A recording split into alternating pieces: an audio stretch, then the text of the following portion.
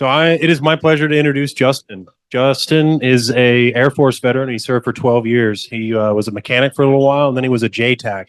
You guys that don't know, those are the guys that put warheads on foreheads. And then he now works as a partner for an investment company. And without there for Justin. First, I just want to say I am super appreciative of being here because what you are putting yourself through is amazing.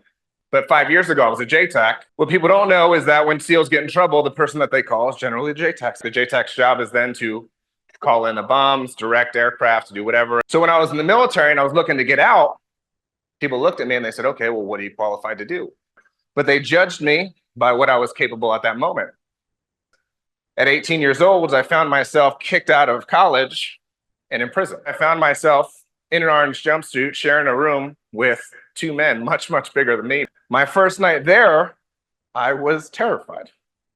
So I gave up my meal to the bigger dude in the room, tried to get some good graces there, and barely slept through the night. When everybody went outside, I stayed in my cell so that I could get some rest because I had been up for 24 hours at that point. All of a sudden, I felt a hand on my shoulder, and it was my cellmate.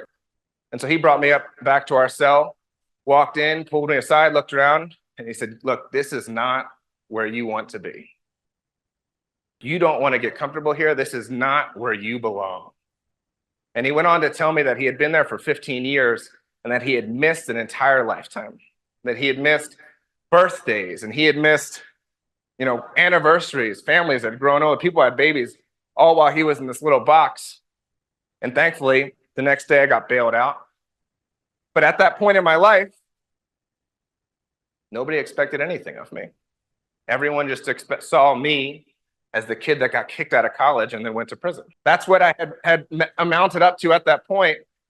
And so everybody wrote me off. And so then I went out and tried to find a job because I couldn't go back to college. I had to pay a lot of money for a lawyer to get those charges dropped. And then I had to find a job that would pay it off. And like I said, nobody would hire me at that point in my life. So I went out and did the only job that everyone thought or that I was capable of, which was a door-to-door salesman, who is probably your most hated person in the world. But that's what I did. I did it in Philly and throughout Jersey. I would even go to my friend's house and try to get their parents to sign up because that's how you made money. I remember you'd make $300 every time you signed somebody up.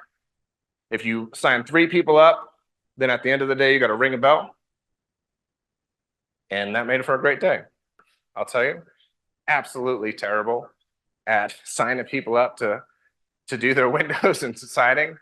I realized one thing was that I was younger and I could work harder than most of the guys in the room. I would just start by packing a lunch and I would skip lunch. This way, if somebody was home during lunch and everybody was out to eat, I would talk to that person. I made it a point to outwork everybody in the room because I knew that if I saw more doors, if I talked to more people, then it would lead to me getting more sales and eventually I'd get better and better. I did this all the way up until the point that I was the #1 person in the company across the country, but I knew still that I was capable of more. Even though at that point, most people thought I wasn't capable of anything because most people looked at me and once again, they saw dude who got kicked out of college, dude who went to prison, dude who was door-to-door salesman. Nothing in that would amount to most people's assumption that you'd come into a success. Every single person from family and friend only looked at my failures in life, but what they didn't see was that I was willing to work. I was willing to outwork every other person just as you are today. Just as you are sitting here deciding to outwork other people that used to be around, like you are making that decision today. And so I knew that I had more into me, I just had to find the way. And so I went and saw my older brother, Nick, who enlisted in the Air Force a couple years prior. And I asked him, I said, hey, what's this like? I'm thinking about joining the Air Force. I know I've got more in me. I just got to figure out how to tap into it. There was a piece of paper on his wall that stuck out to me. And it was just a ripped out piece of notebook paper that had 3 words on it. It said, never be outworked. And I asked him, I said, what is this? It was just taped to this wall. He said, well, I'm an intelligence specialist right now, but my goal is to become a fighter pilot. I can't I can't control how many fighter pilots they hire every year. I can't control if the board likes me or not.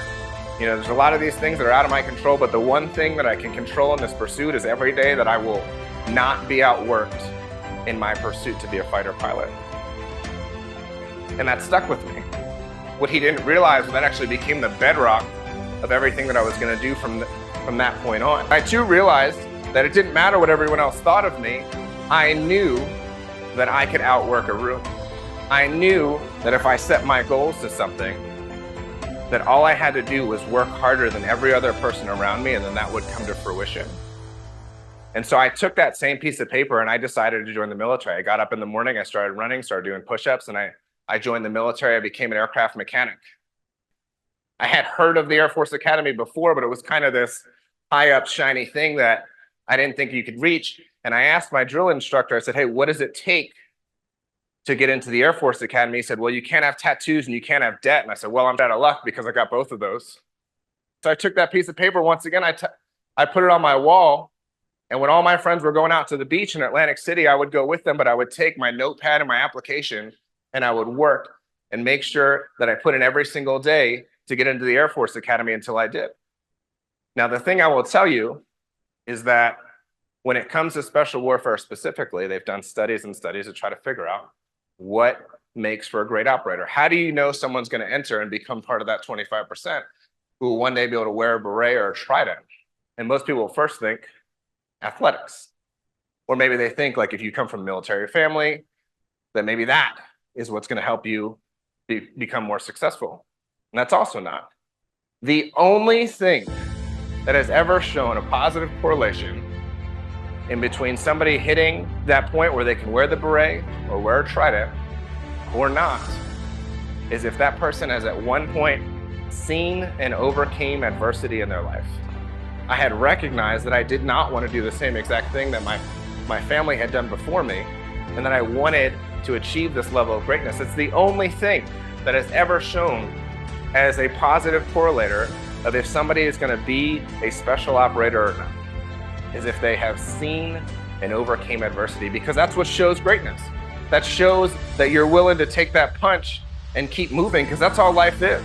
But you have already seen more adversity than most people, and the fact that you're here means that you are willing to take that punch and get back up.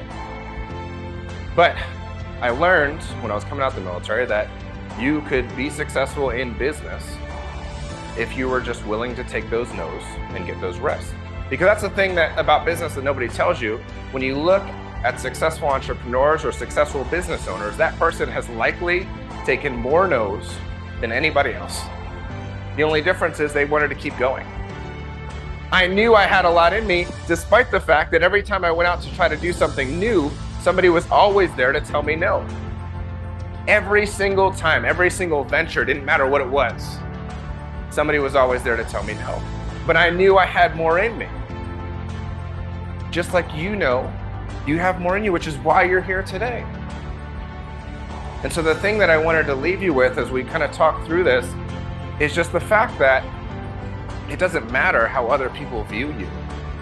If you have one person, if you have the Red Barn Academy or one Justin or one Janie look at you and know that you're capable of more, and you know that you're capable of more, I'm here to tell you all it takes is work. You just have to be willing to outwork the guy next to you, because most people in the world are not willing to hear no. Most people in the world are not willing to get punched in the face and keep moving forward. But like I said, the thing that I wanted you to take out of all of this, it doesn't matter what you go out and do. It doesn't matter like what profession you choose, you are always going to hit rejections. Unfortunately, because of how the world is, like people are going to view you for how you are right now. Just as people viewed me, I know there's nothing that's going to stop me from hitting success, because I know what I'm capable of. I don't know what my ceiling is. I don't know what the world has in front of me. I don't know what the plan is. But I do know nothing's going to be big enough that it'll stop me, because I've already hit a lot of barriers. And so, like I said, the one thing I've learned is you can go far on anger. You can go so much further on love and gratitude.